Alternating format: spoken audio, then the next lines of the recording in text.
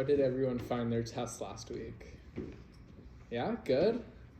Okay, that's good. Usually when I ask that question, I'm faced with a sea of despair. So if a few people are giving thumbs up, that's a very good sign. I finished grading 2 of the questions. I think questions 1 and 3. And people were doing very, very well. I think the average for both questions was like 80%. So that's good.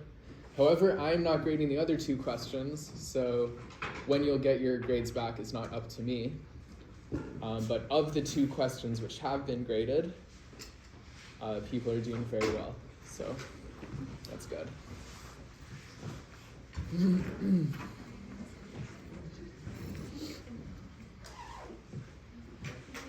Yes. I'm not sure, but it should be in the syllabus. Is it in the course outline? Not really. Well, either you can just send Professor Wang an email, or send me an email, and I will get the answer for you from Professor Wang. Either one is fine. But let's see, I guess the school year classes end on like April 8th-ish, right? And I don't think it's normal to have assignments due much past that. So I can't imagine there would be more than one more assignment, but don't quote me on that. I guess you've had 3 assignments now, which shapes out to 2 assignments per semester. So perhaps there will be one more assignment. Okay, let's get into it, guys. Is there anything off of the test or the last assignment or anything we want to discuss before we get into this wonderful tutorial I have prepared for you all today? Is there anything we want to discuss? Any questions from the test or from the assignment? Okay.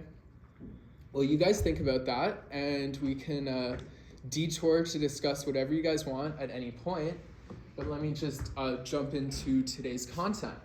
So, I believe you guys recently started talking about Taylor series, right? Probably one of the more recent topics from lecture.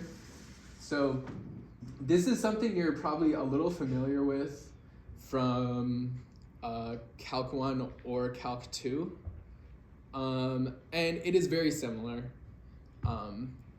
for complex functions, and like most things, there's actually a much more beautiful theory in the complex world than in the real world.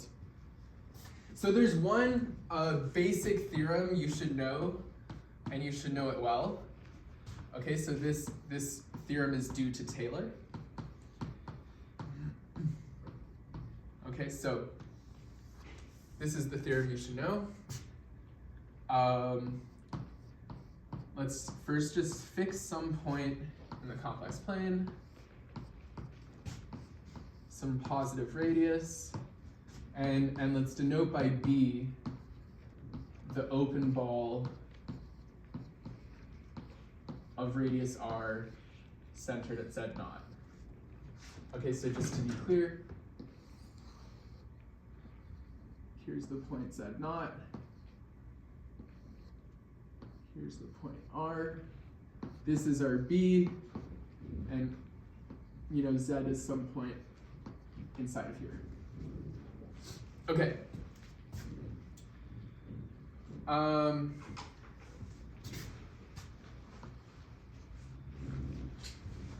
So if F is complex differentiable on B,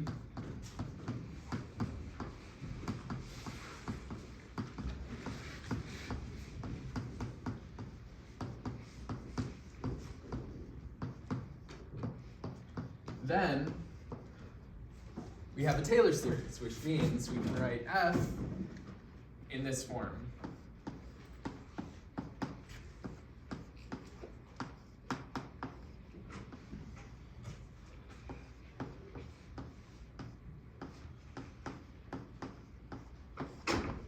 Okay, so this is what we would call, these are what we call our coefficients.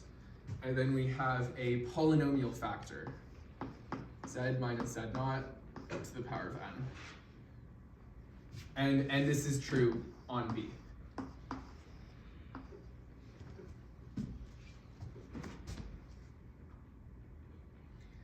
Okay, so maybe this looks a bit familiar to you guys from real analysis. Okay, so when I have this n in the parentheses here, that's just the nth derivative, right? I don't think you guys will have to worry about this for this class, but you can make more precise statements about the uniform convergence of this series and that kind of stuff. And if you're interested in that, or if it comes up in an assignment, read the textbook. But for now, we're just going to talk about the big picture of this. Okay, so you can talk about uniform convergence. Where does this converge uniformly? Okay, but I'm not sure you'll really need this for this course.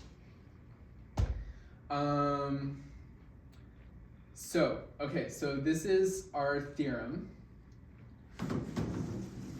And let me just maybe cite a few important Taylor series you should know. This will be good just to have memorized. So you should know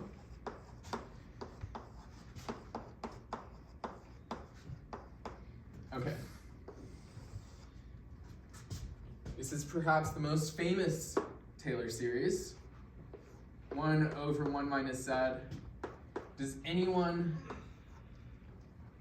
know the Taylor series for 1 over 1 minus z? Okay, what is it? Yes? Geometric series? Yes, and what am I going to put inside of here? Good question. Z to the n. Okay, good. So n equals 0 to infinity of z to the n. Okay, and this is centered at 0 and has a radius of 1. Okay, so you should know this one.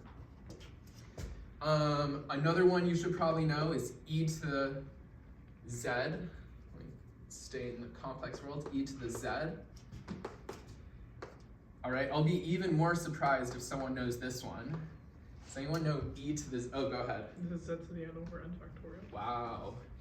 One imaginary bonus mark. Let's go. Okay. Z to the n over n factorial. You should probably know sine z. Probably know cosine z. Okay, so this is kind of in order of importance. So, you know, these ones are not so important, but it could be useful to know them. Not as important as the geometric series is what I mean. It could also be useful to know log z, and maybe inverse tangent of z. Okay, but I'm not going to write those ones. I'm saying you guys should know them, not I should know them. Okay. All right, so as was mentioned, this one is our geometric series here.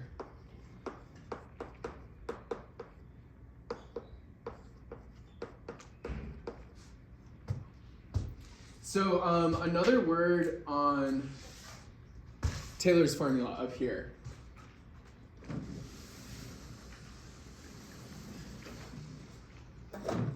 We have this ball, right? So centered at z naught. We have a radius r. Okay, and maybe let's fix a simple closed curve in here. Something like this. Let's fix a simple closed curve like this. We'll call it that C. Okay, so we have this nth derivative appearing here in our power series, in our Taylor series. And one thing we know, the Cauchy integral formula is telling us that the nth derivative at z naught is equal to n factorial over 2 pi I integral over c f of z divided by z minus z naught to the n plus 1 dz. Okay, and from all the test grading I've just done, I know you guys seem to know the Cauchy integral formula pretty well. So the moral here is we have our formula that Taylor's theorem provides us, and it's telling us you can find the coefficients in terms of derivatives. But with the Cauchy integral formula, you can also find these coefficients in terms of integrals. Okay, so in real analysis, you saw this formula, computing the power series in terms of derivatives. Now, complex analysis, we have a million times more tools. The theory is much more beautiful. So not only can we compute it in terms of derivatives, we can also compute these coefficients in terms of integrals. Okay, so let's do a problem related to these series. Let's get our mental workout in. So here's the one we're going to do.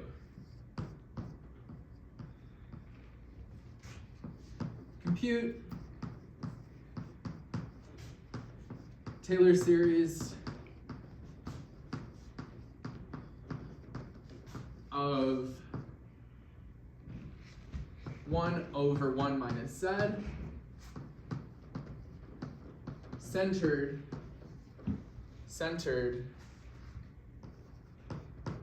at z equals I. Okay, so here we have our geometric series. The function is the same, but this is centered at 0. Now we're being asked to find the Taylor series centered at z equals I. And, given that I wrote the series for the exponential function here, I might as well write the center is 0 and the radius is infinite.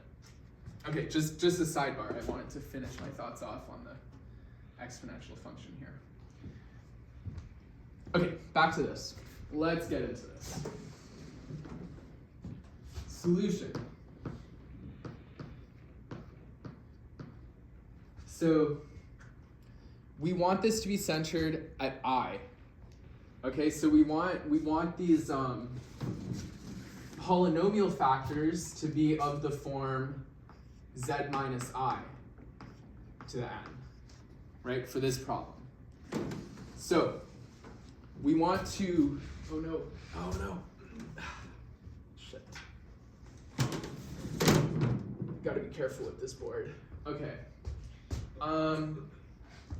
So what we want to do, we want to squeeze out on a z minus I. And I'll show you what I mean by that. We have 1 over 1 minus z. Now we want to artificially create this z minus I that we're looking for. So we're going to do it like this. Put our z minus I here. This is who we want. Now we're going to write it like this. So everyone check that this equality really is true. And maybe I made a mistake. I tend to make algebra mistakes all the time. But convince yourself that this equality I wrote here is true. And from here, okay,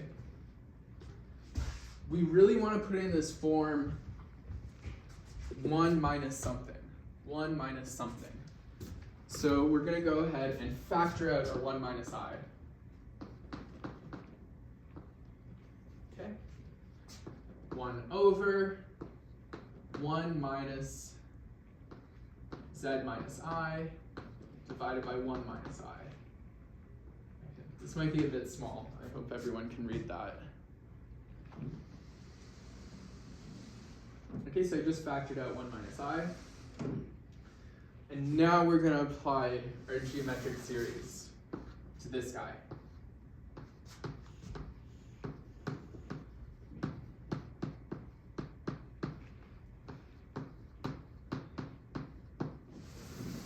Okay, so we know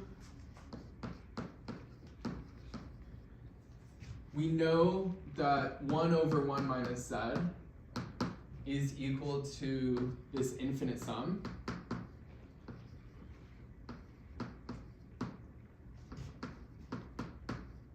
With this radius of convergence. And so now we're basically making the change. We're going from z, and we're changing it to z minus I divided by 1 minus I. Okay? So consequently, we have 1 over 1 minus z minus I over 1 minus I. Just plug in our geometric series. N equals 0 to infinity of z minus I divided by 1 minus I to the n. Okay, and then we also have this radius of convergence.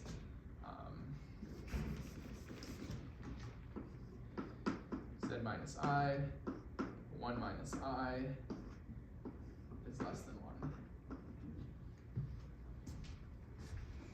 Okay, does everyone understand how I got this far? Yeah. Okay, so we're not quite there, right? So this term here is just this guy. But we still have this 1 over 1 minus I factor out front. So we still got to deal with that. Okay, is it okay with everyone if I erase this board? Yeah? Okay.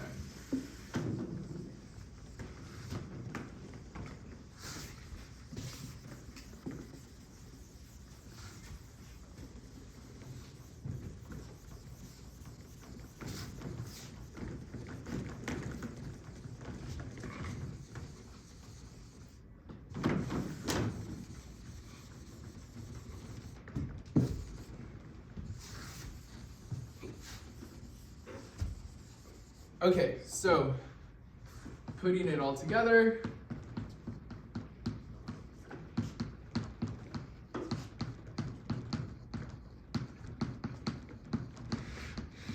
we have our 1 over 1 minus z. We saw we can write that as 1 over 1 minus I times 1 minus z minus I divided by 1 minus I. And then we saw this second part. We can use the geometric series. N equals 0 to infinity of z minus I divided by 1 minus I. Okay, so here I have this to the power of n. Let me just distribute that n. So we have n on top and an n on bottom. And now I'm just going to bring this 1 minus I into our series. Okay, so this is equal to sum n equals 0 to infinity of z minus I to the n divided by 1 minus I to the n plus 1. Okay, so there's the series we're looking for. And the last thing is, okay, so like we discussed here, we want z minus I divided by 1 minus I to be less than 1, which is equivalent to saying modulus of z minus I is less than the modulus of 1 minus I. But this here just equals the square root of 2. Okay, we all know how to compute our moduluses by now. Okay, and so our radius of convergence is ultimately the distance from z to I has to be less than root 2. Okay, so this series we found is centered at I, and has a radius of r equals 2. So we're looking at any z in here.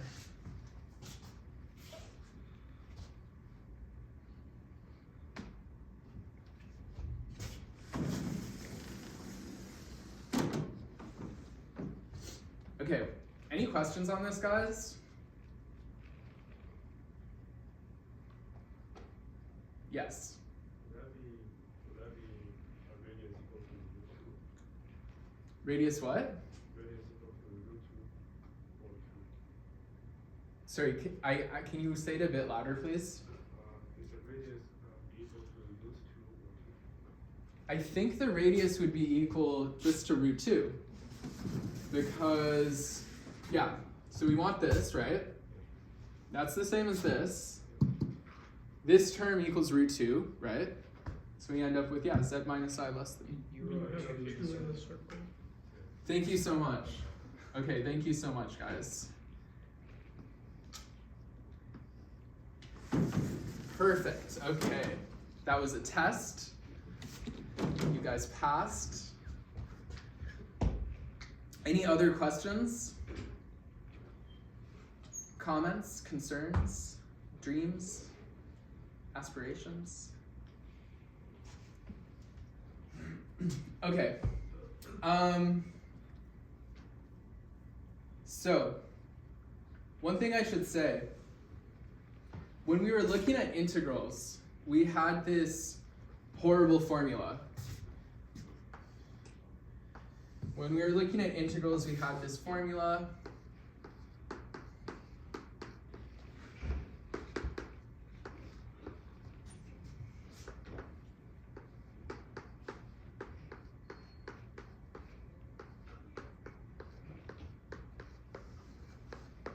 Okay, and so I told you this formula should be your last resort. Before using this formula, you should try to find an antiderivative, or you should try to use Cauchy-Gaussat, or you should try to use Cauchy integral formula. Okay, this should really be the last thing you attempt, because the whole point of complex integration is to avoid these ugly formulas. So in a similar vein, this Taylor's theorem, okay, so Taylor's theorem, which says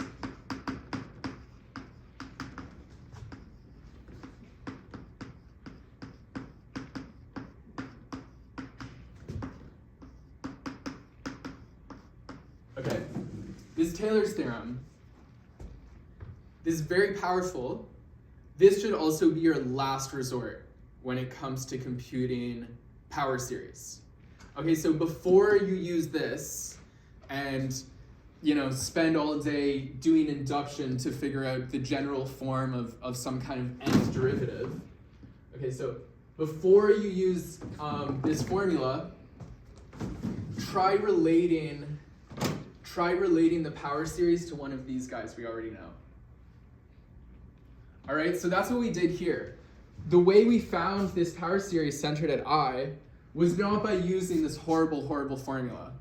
It was by using an existing power series, okay? So sometimes you'll have no choice but to use this formula. But you should try to relate it to one of these guys before relying on that formula. It'll save you a lot of time.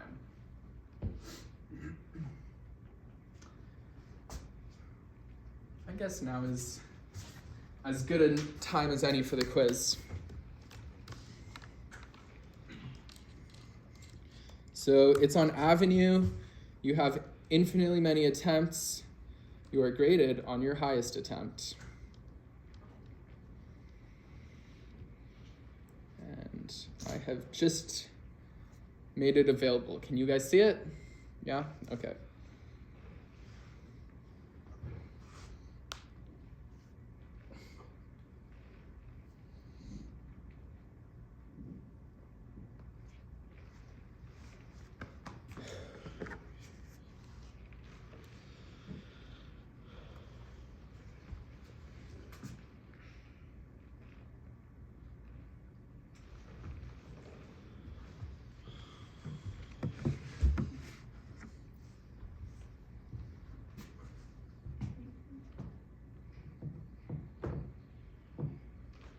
I guess one thing I realized about this quiz, I accidentally made it so that there's more than one true answer, but pick the most true answer.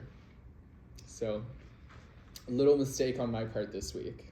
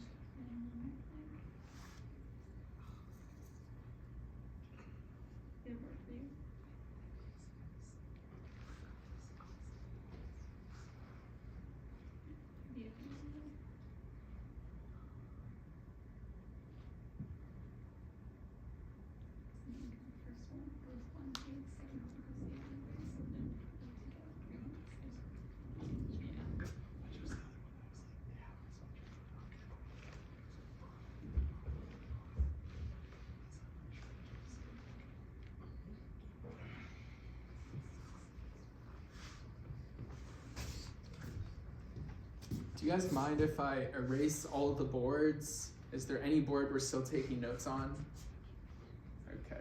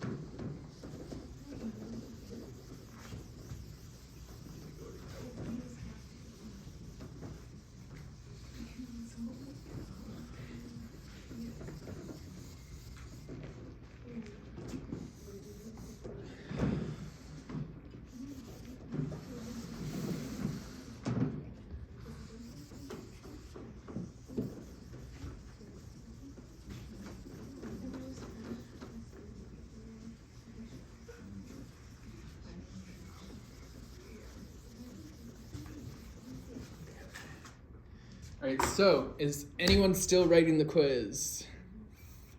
Going once, going thrice. Okay, I am closing the quiz. All right, so yeah, if you have analyticity on a ball or complex differentiability on a ball, that is the same as having a power series on that ball. And yeah, of course, there were these two implications. Of course, the true answer was that you have this if and only if, which consequently means the two implications are also true. So there were technically 3 correct answers, but I failed to think of that when I was writing the quiz. So that's why I say go for the most correct answer. All right, one comment here. This can be pretty important and useful. So now we're going to talk about term by term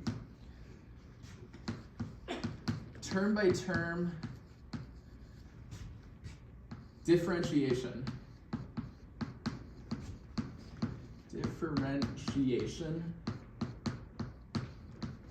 slash integration.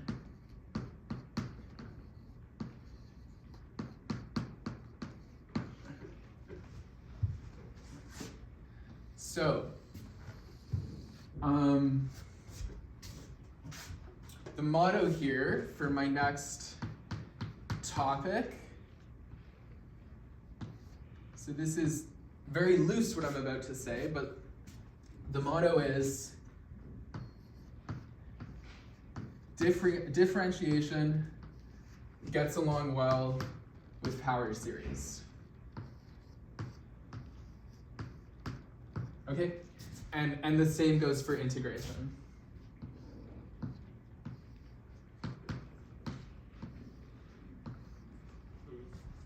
And let me make a more detailed statement. This is just the long and the short of it. The more detailed statement would look like this. So you have your f of z is a power series.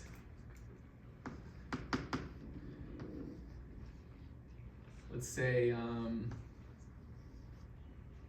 an z to the n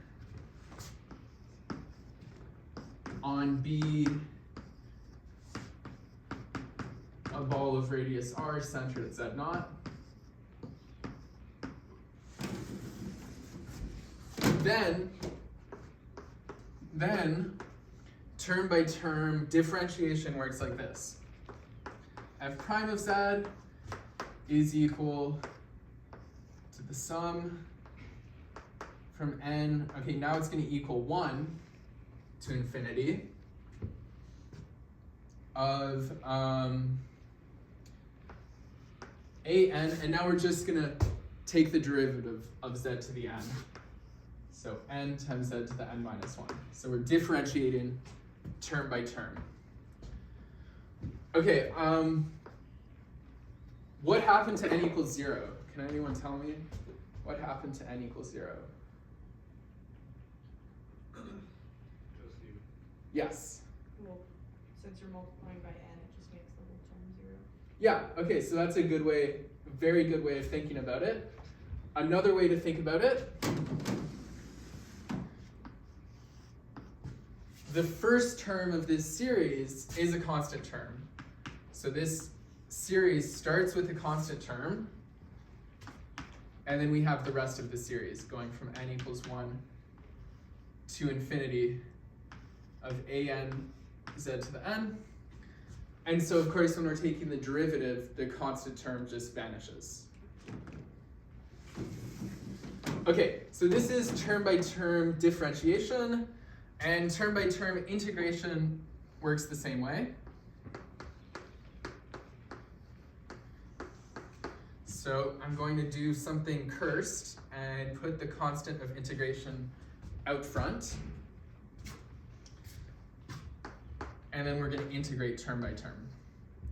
So we're going from n equals 0 to infinity, an, and then now when we integrate z to the n, we will get z to the n plus 1 divided by n plus 1.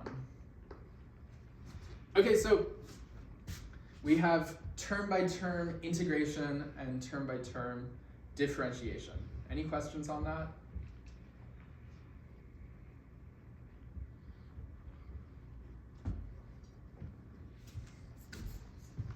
Okay, and so just as an example here,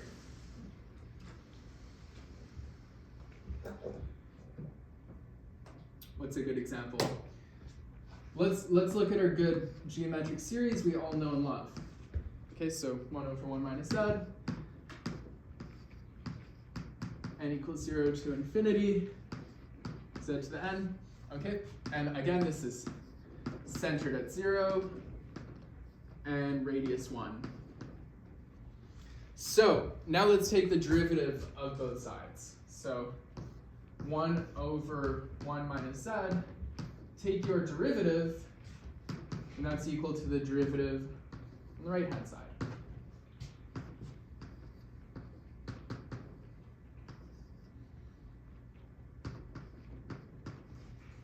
right?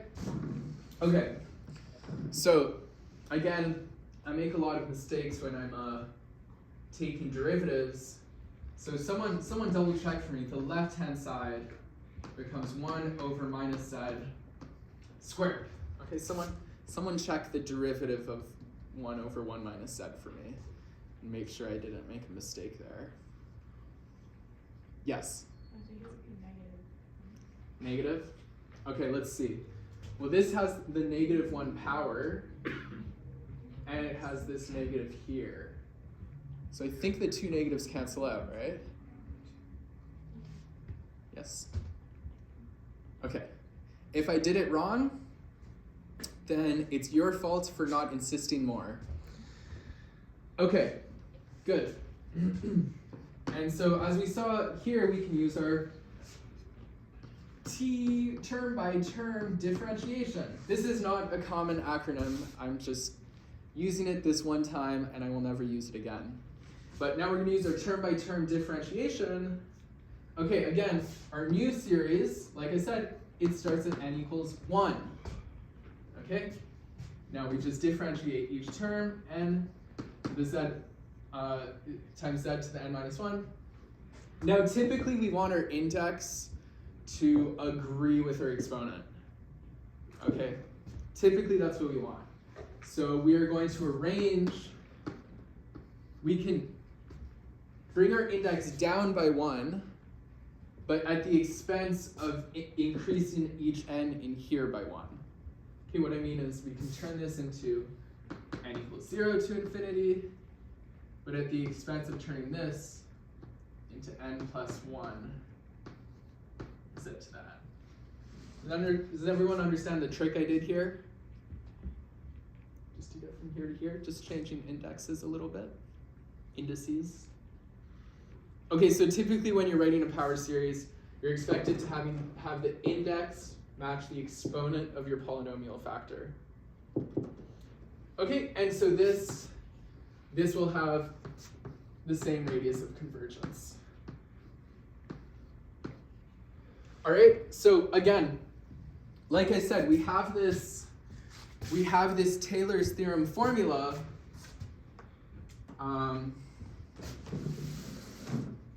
So we could have used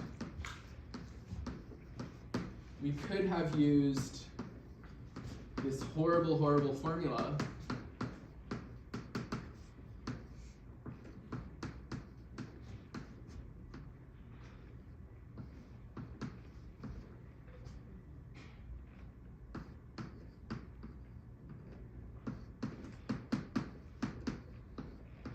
Okay, we could have used this formula to find the power series, say Taylor series of f of z equals 1 over 1 minus z squared. So like I say, we could have used this formula, but instead we computed the power series in terms of a pre-existing power series. Okay, so this horrible formula, sometimes you have no choice but to use it. In general, using this formula should be your last resort if you can't relate this to a known power series or the derivative of a known power series or anything of the sorts. Okay, let's do one last pretty fun exercise today. Weird one. Do we have any questions so far? Or any tangents? Do we want to talk about something completely different which has been bothering us in class lately? Anything on the test? Anything on the assignments? Okay. Feel free to interject. My time is your time.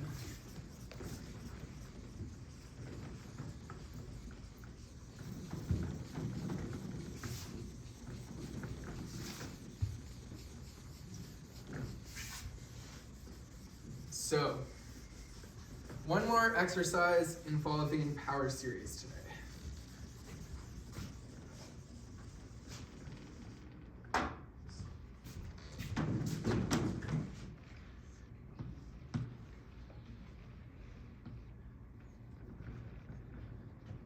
F has power series, has, let's say, Taylor series.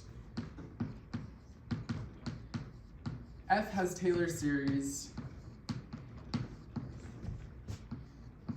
F of Z is equal to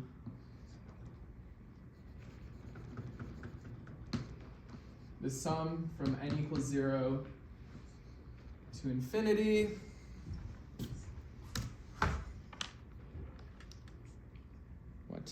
what is it? It is sum from z minus 1 to the n and factorial.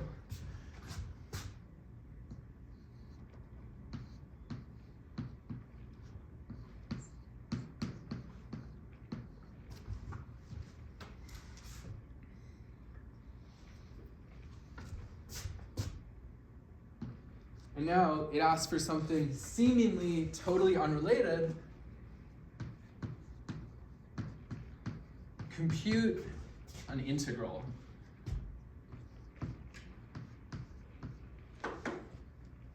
Really weird integral.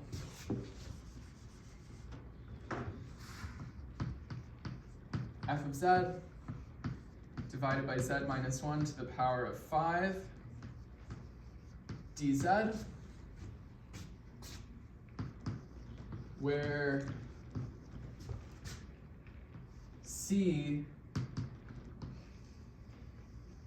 is going to be a simple closed curve enclosing the point z equals 1. And whenever I give you a Taylor series, I should always specify the radius of convergence. So here we're going to have the radius of convergence being infinite. Okay, so Taylor series centered at 1, infinite radius of convergence. Compute this integral. So, like, how in the world do you do that? How do you get from this information to this information? Does anyone have any ideas? Yes? Find the fourth derivative of the Taylor series and then equate it using the Cauchy integral formula for derivatives. That is a wonderful answer. And I'm surprised you thought of it so soon. So good job. Pat yourself on the back and flex to everyone else in the class. Okay, so let's go through that line of reasoning a bit more slowly.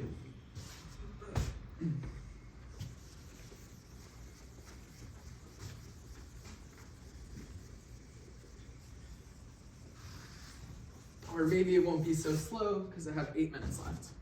So here's the solution. Taylor's theorem. Taylor's theorem tells us what? It tells us that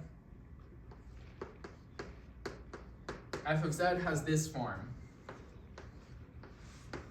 N equals 0 to infinity, nth derivative divided by n factorial. I'm writing z naught, I should write z1.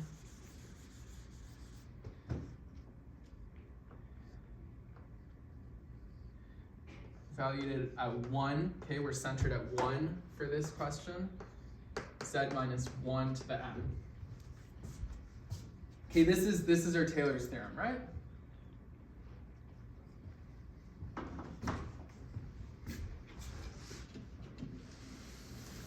And so now we're going to equate coefficients.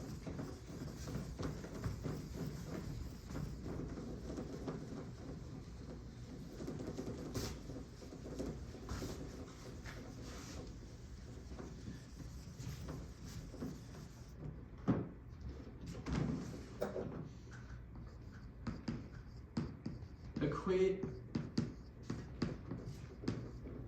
the coefficients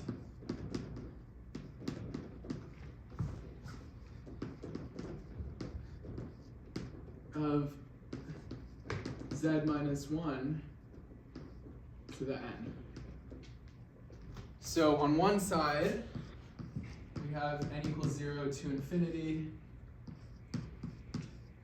nth derivative evaluated at 1, divided by n factorial times z minus 1 to the n. Okay, so that's coming from Taylor's theorem. And on the other side, we're given this Taylor series. On the other side, we have sum from n equals 0 to infinity, e divided by n factorial times z minus 1 to the n. Okay? So Taylor's theorem, and this is what the question gives us. We equate our coefficients of z minus 1 to the n. This is saying the nth derivative at 1 divided by n factorial is equal to e divided by n factorial. And in fact, we can carry this out a little bit further. We get a cancellation. Let me do this on the next board.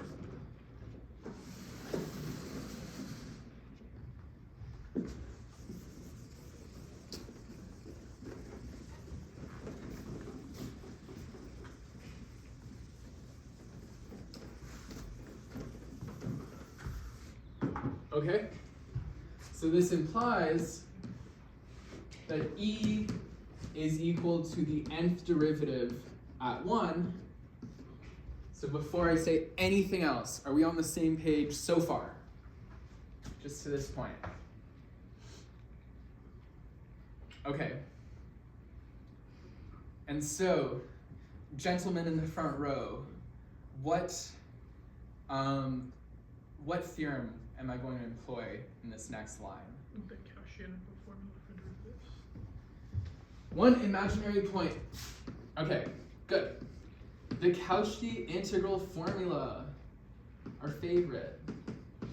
Yay. Okay, so this is telling us this equals n factorial divided by 2 pi I integral over c f of z divided by z minus z naught to the n plus 1 dz. Wonderful. Okay, and so the integral we're attempting to evaluate, how do we get that, where we have a 5 on the bottom? What do we do here? What n are we going to plug in? Yes, 4? Okay, n equals 4. Perfect. So take n equals 4. And for z minus z naught, would you like be putting a 1 in there?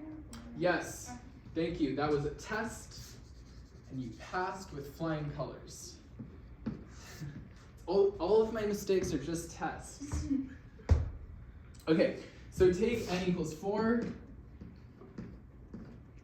and we find, okay, so e is equal to this guy, so 4 factorial divided by 2 pi I times this integral. This is what we're attempting to evaluate.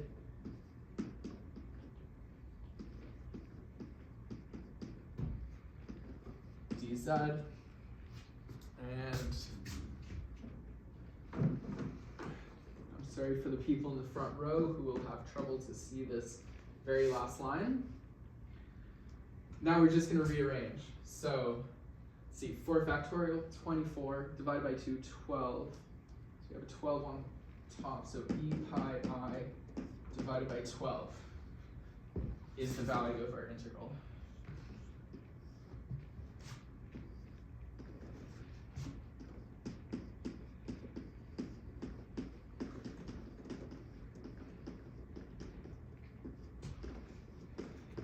Okay, cool. So yet another integral we've solved seemingly without doing any integration. Okay, so that's really the theme for the second half of this course. Integration is awesome, and we can get away with computing very hard integrals without actually needing to do any difficult computations. All right, and maybe you guys might be interested. Let me just add this bonus. Prove that f of z equals e to the z. All right, so that's all for today, guys. Are there any questions, comments, concerns, thoughts? Alright, okay. Have a good week, guys. Thank you.